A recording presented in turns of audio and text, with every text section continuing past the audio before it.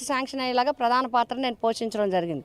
కాబట్టి ఇప్పుడు మొన్ననే ఇంచుమించుగా ఈ నోటిఫికేషన్ ముందే 8 ప్రాజెక్టులని మేము ఫౌండేషన్ చేసుకోవడం జరిగింది. ఈ విధంగా ప్రజలకి తాగునీటి సమస్య లేకుండా చేయడానికి మేము కృషి చేస్తున్నాం. ఏ సమస్య ఉన్నా సంక్షేమ పథకాల విషయంలో కానీ డెవలప్మెంట్ విషయాల్లో కానీ ఎక్కడా వెనక్కి తగ్గకుండా మా జగన్మోహన్ రెడ్డి గారి సహకారంతో, గౌరవ మంత్రుల సహకారంతో ఈ పిఠాపురం నియోజకవర్గ అభివృద్ధికి అహర్నిశలు కృషి చేయడం జరుగుతుంది. పిఠాపురం నియోజకవర్గ ప్రజల మద్దతుతో, పిఠాపురం నియోజకవర్గ నాయకుల మద్దతుతో ఇక ముందు కూడా పిఠాపురం సంపూర్ణంగా అభివృద్ధి చెందే విధంగా నేను కృషి చేస్తాను. ప్రధానంగా చూసుకుంటే మీరు విజయం తప్ప అపజయం ఎరిగిన నాయకురాలుగా మంచి గుర్తింపు ఉంది. ఈ నేపథ్యంలో ఇప్పుడు జనసేన అధినేత పవన్ కళ్యాణ్ మీపై పోటీగా ఉన్నారు. ఆయన ఏ విధంగా ఢీకొనుకుంటారు? రాష్ట్రంలో చూసుకుంటే ప్రధానంగా 3 నియోజకవర్గాల్లో లోకేష్పై కావచ్చు, అలాగే బాలకృష్ణపై కావచ్చు, పవన్ కళ్యాణ్ ముగ్గురు కూడా మహిళలు ఢీకొట్టబోతున్నారు. ఈ పరిణామాలను ఎలా చూడాలంటారు? ఇది మా జగన్మోహన్ రెడ్డి గారికి, మా నాయకుడికి మహిళల మీద ఉన్న నమ్మకం, గౌరవం. తప్పకుండా మహిళలు ప్రజల దగ్గరగా వెళ్ళగలుగుతారు, ప్రజల సమస్యను బాగా తెలుసుకోగలుగుతారు, తప్పకుండా ప్రజల మద్దతుతో విజయం సాధించగలుగుతారని ఈ అవకాశం రావటం నా అదృష్టంగా భావిస్తున్నాం. అంటే మీరు ఒకటి అర్థం మనందరం కూడా తెలుసుకోవాల్సింది ఏంటంటే, సాధారణంగా స్థానిక సంస్థలకే రిజర్వేషన్స్ ఉన్నాయి, చట్టసభలకి ఇంకా రిజర్వేషన్ రాలేదు. అయినప్పటికీ కూడా ముఖ్యమంత్రి గారు 20 మంది ఎమ్మెల్యేలుగా 20 మందికి మహిళలకు అవకాశం ఇవ్వడం జరిగింది. గతంలో 4 ఎంపీలుగా 4కి మాకు అవకాశం ఇవ్వడం జరిగింది. 4 ఓపెన్ కేటగిరీలో మేము 4 విజయం సాధించాం. అదేవిధంగా ఇప్పుడు కూడా తప్పకుండా విజయం సాధిస్తారనే నమ్మకంతో మాకు అవకాశం ఇవ్వడం జరిగింది. తప్పకుండా జగన్మోహన్ రెడ్డి గారి యొక్క మద్దతు, ప్రజల యొక్క ఆశీర్వాదాలతో, మా కార్యకర్తల తోడ్పాటుతో ఈ పిఠాపురం నియోజకవర్గంలో వైఎస్ఆర్సీపీ పార్టీ తప్పకుండా విజయం సాధిస్తుంది. అంటే పవన్ కళ్యాణ్ ఒక వారాహి సమయంలో పిఠాపురం వచ్చిన సమయంలో చెప్పారు, ఆధ్యాత్మికంగా పిఠాపురం అభివృద్ధి చెందలేదు, దాన్ని మరింత అభివృద్ధి చేస్తామని చెప్పేసి అన్నారు. మీరు ఏ విధంగా అభివృద్ధి చేద్దాం అనుకుంటున్నారు?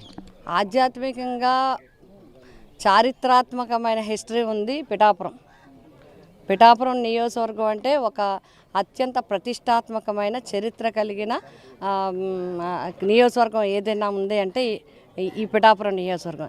ఎందుకంటే దేశంలో 3 గయాక్షేత్రాలు ఉన్నాయి. శిరోగయ, నాభిగయ, పాదగయ పిఠాపురంలో ఉంది. దేశంలో 5 మాధవ క్షేత్రాలు ఉన్నాయి. పంచమాధవ క్షేత్రాలు ఉంటే కుంతి మాధవ క్షేత్రం పిఠాపురంలో ఉంది. దేశంలో అష్టాదశ శక్తిపీఠాలు ఉన్నాయి 18లో 10వ శక్తిపీఠం పిఠాపురంలో ఉంది. అదేవిధంగా శ్రీవల్లభుడి నుంచి షిరిడి సాయిబాబా వరకు దత్తాత్రేయుని అవతారాలైన పరంపర ఉంటే, ఆ గురు పరంపరలో మొట్టమొదట అవతారమైన శ్రీవల్లభుడు పుట్టిన పుణ్యక్షేత్రం పిఠాపురం నియోజకవర్గం. త్రిముఖ లింగేశ్వర స్వామి ఉన్న నియోజకవర్గం పిఠాపురం నియోజకవర్గం. ఎక్కడ సౌత్ ఇండియాలో లేని అపర్ణాదేవి ఉన్న నియోజకవర్గం పిఠాపురం నియోజకవర్గం. సుబ్రహ్మణ్యేశ్వర స్వామికి తాటిపర్తి కానీ, ఏపీ మల్లవరం కానీ, పాముల మల్లవరం కానీ ప్రతిష్టమైంది. చెన్నై, కర్ణాటక ఎక్కడెక్కడి నుంచో వచ్చి ఇక్కడ ఆ భక్తులందరూ కూడా వారి యొక్క కోరికలు తీర్చుకుని వెళ్ళే ప్రతిష్టమైన క్షేత్రాలు ఇక్కడ ఉన్నాయి.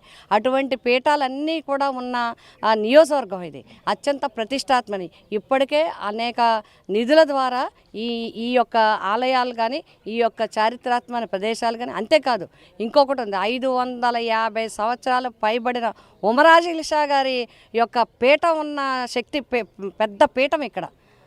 అది ఇప్పుడు చరిత్ర చాలా పెద్ద చరిత్ర. 550 సంవత్సరాల కింద నుంచి కూడా ఉమరాలిషా గారు వారి గురు పరంపర ఉన్న చరిత్ర కలిగిన పట్టణం ఇది. అంతేకాకుండా ఎన్నో వందల సంవత్సరాలు అయిన చర్చి ఉన్న మన పిఠాపురం టౌన్లో చర్చి ఉంది.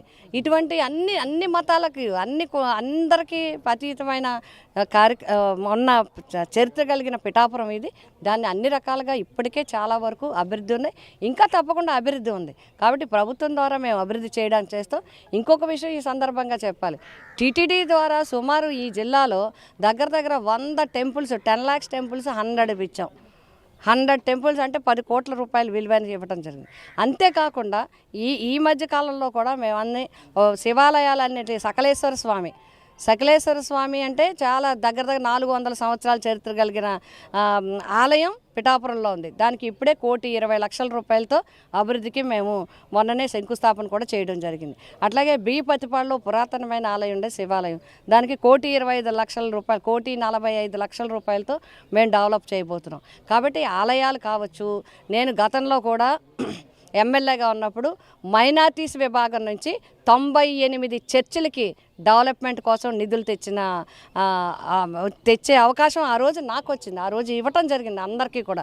చాలామంది ఇందులో సగం మంది దానికి సమైక్యాంధ్ర విధానం వల్ల కొంతమంది చేయలేకపోయారు, కానీ చేయించడం జరిగింది. అట్లాగే మసీదుల విషయంలో కానీ, చర్చిల విషయంలో కానీ కులాలకు అతీతంగా, మతాలకు అతీతంగా అభివృద్ధి చేయడానికి అన్ని రకాలుగా చూస్తున్న వ్యక్తి జగన్మోహన్ రెడ్డి గారు.